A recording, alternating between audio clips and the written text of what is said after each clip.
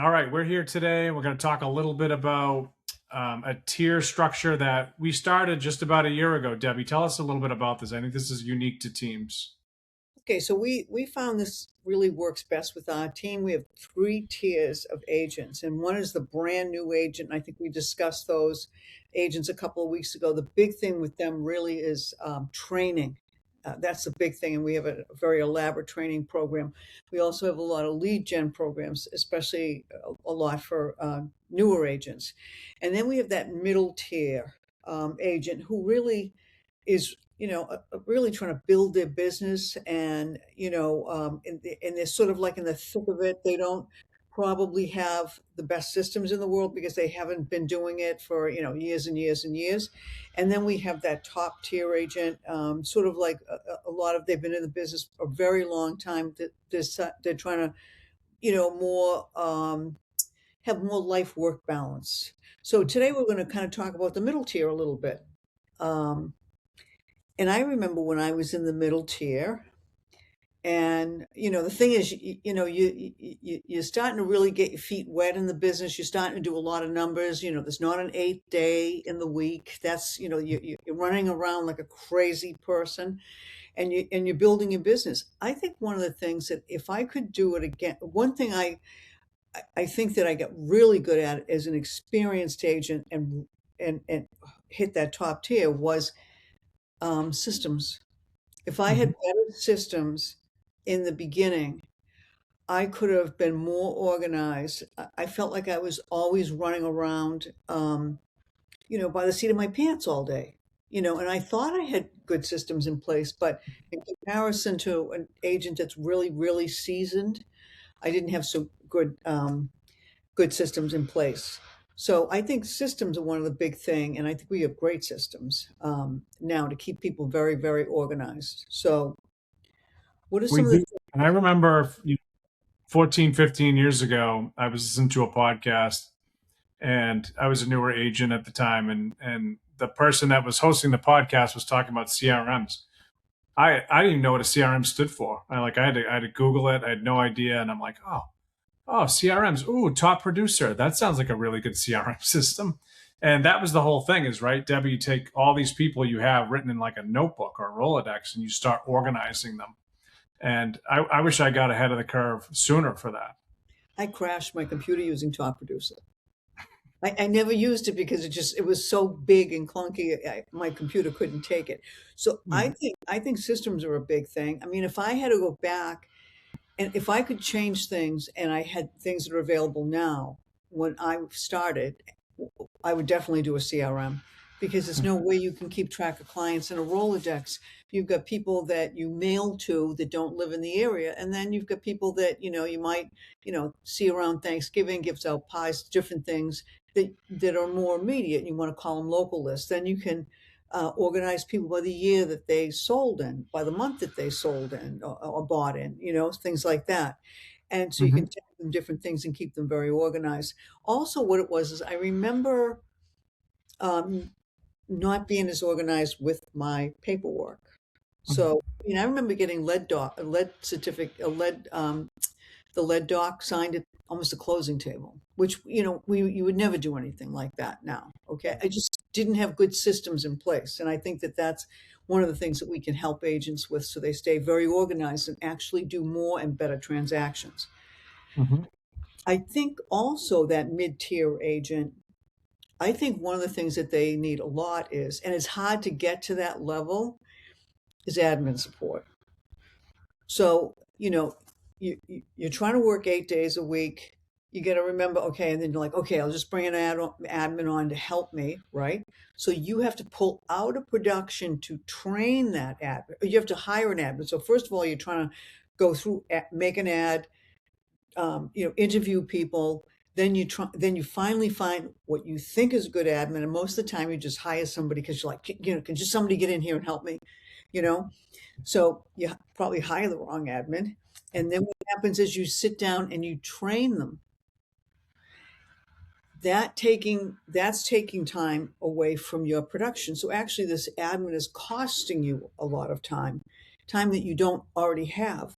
And then you probably, and I know I did, make the mistake of hiring an admin who wants to be an agent.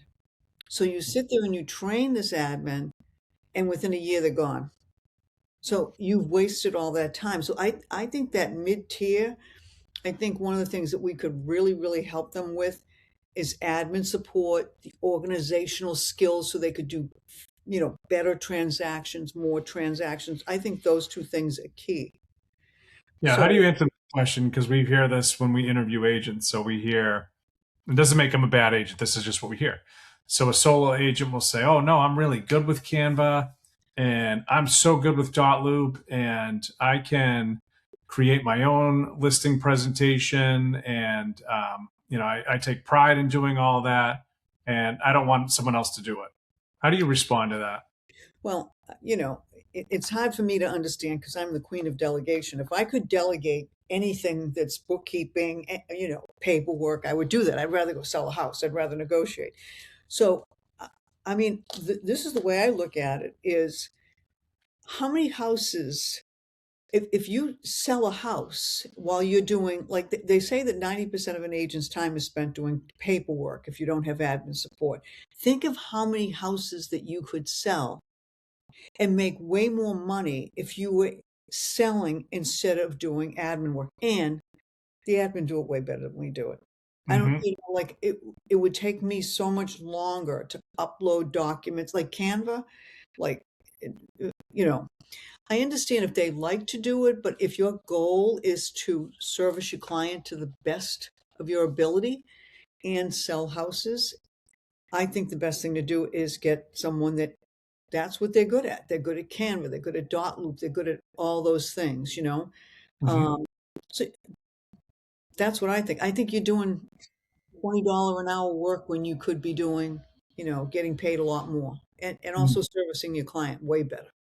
Hmm. Yeah, it's not no different than things we do at home, right? So I think I mowed my lawn for 20 years, Yeah, and then I stopped because I can pay someone to do it and I can make more money doing something else, you right. know, Yeah, yeah. and Do that's what it. you do. I believe in doing one thing and doing it extremely well. Like I don't Hmm. do my house anymore. I have a Hmm. housekeeper that does it. When I hit a certain level, I remember coming home and I couldn't even walk in the place. It was such a disaster.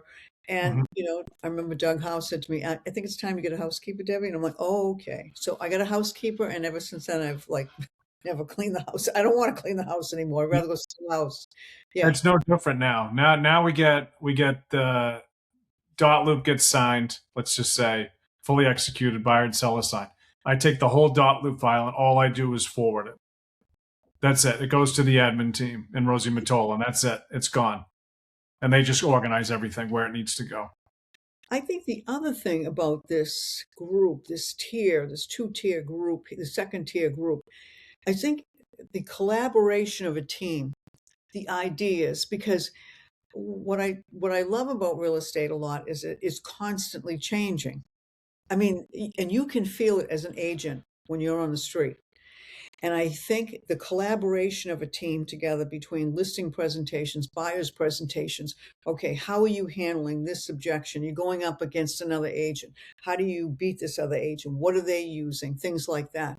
I think the collaboration is another thing that's extremely important and can help you in your career a lot. Yeah, there's a camaraderie within these tiers so that you can see it. And we say this, we don't treat everybody the same on the team, but we treat them all fairly. At least we Mhm. believe that. And Yes. that doesn't always mean we agree on everything, but we try to be as fair as we can. And so think about this. If you had a bunch of agents on a team and somebody was brand new and a $2 million lead came in, you can't give that to the brand new person. It's not fair to that person. You're putting them in a really, really tough spot. And then we have that luxury tier where those agents have handled those for a decade or more. So you want to put them in the best position. And that middle group might be more of a $950,000 listing, something where they have enough experience. They're not brand new, but they also haven't quite crossed over into the luxury market. So I think we're also putting agents in the best position to succeed. And it actually has worked out really well where the agents that are in these different tiers, feel like they have earned that right, and the newer tier can build up over time to get into the luxury tier. So we've had some agents that have done that from the middle tier this past year and are now in the upper tier because they've met certain guidelines to get there, which is kind of a cool thing that they've earned that right to be there. Yeah, now you think about it too. I mean, because of the team opportunity, you take this middle tier, okay, and it took me a while to get from that middle tier into that luxury group. And I think what happens is when you're in that middle tier, you're given opportunities. Like we have this subdivision in Andover. You have an opportunity more into the luxury group. You can take those experienced agents, and all you have to do is show up in the office and listen to them and what they're going through and what they're doing. And instead of, like inventing the wheel, you can grasp all this knowledge from all these people. Where I think if you're a single agent, I think that's a little bit of a disadvantage. I think the team environment's really good. And I think the other thing, even though you're very busy and in that middle tier and stuff like that, I still think lead opportunities are a good thing. We have lead opportunities in that middle tier group that they haven't quite hit that luxury, but that we give them, we give them opportunities for buyer and seller leads in that middle group. So I think that that works out well too. So I think I think in that middle group, it's a combination of things. I think it's the admin support, the systems, the collaboration. I think it's the lead gen. I think it's a lot of things that will help you move up that ladder quick. So Mhm. now, some of the things when we talk to people, they say, well, I don't want to lose my identity. Okay. They think their identity is very important. I don't blame them. I mean, if I was an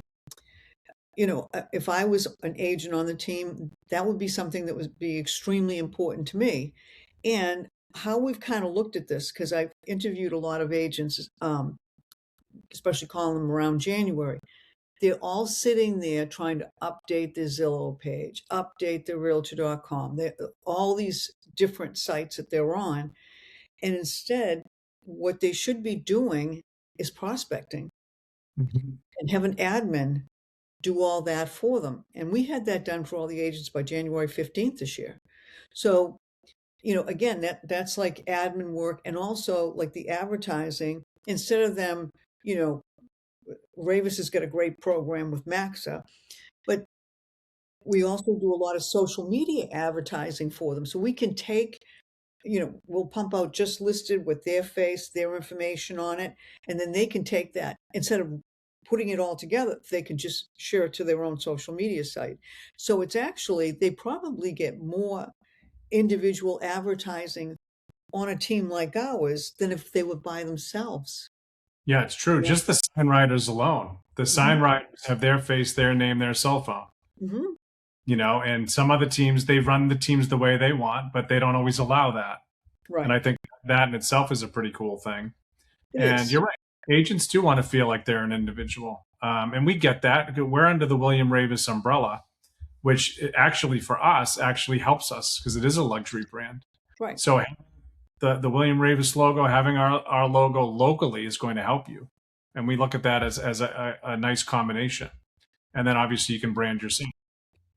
Yeah, it's like layers. So Mhm. you take everything Ravis has to offer. I mean, they've got that wide reach. They've got that luxury brand. I mean, it's not these odd colors. It's this really classy marketing they put behind it. And then you bring it in with us. And we keep with those colors, and we keep it very local, hyper local on that. So, I mean, I don't know. I just think it's an advantage. And I think too, I mean, if you think about it, if you might be having a little bit of a down year or whatever, and you could use a lot of the team's numbers and collaboration together. I think that that's why it's important. We want certain type of agents that are motivated on our team. For sure. And it's helpful if you think of this. If you, let's just say you're an agent in the middle group, but you've only worked with buyers and you Hmm. haven't listed a property yet. Yep. So you still get all the training. So you understand how to go into a listing appointment, and Deb and Adam will do role play with you so that you're prepared and then you feel like you've simulated it. As a solo agent at a, random brokerage, you may not get that training that you need. People are competitive. They're in the office. They know that they're in competition with you. In the team concept, we want everybody to succeed. So if you get that preparation, you can go to the listing appointment. Now you're using the team numbers. Mhm. Our team has sold this. Our team has done this, instead of putting all the pressure on one single agent. Because I can guarantee you this: if the seller says, "How many homes have you guys sold?" and you said zero, the interview's over. As much as they like you, you're going to make them really, really nervous. So I think you leverage the team so that they hopefully won't even ask you that question. If they do, you lean on the team and say, "Our team numbers are X." And we've had very experienced agents come over to our team, especially recently, and we've kind of gone through the training on like a very fast pace because they're not brand new agents, but we've shown them what's available to them for the listing presentation and buyer's presentation. And I've heard them say, wow, I mean, I didn't present it this way, I didn't know it this way. So they kind of take what they know and add this to it.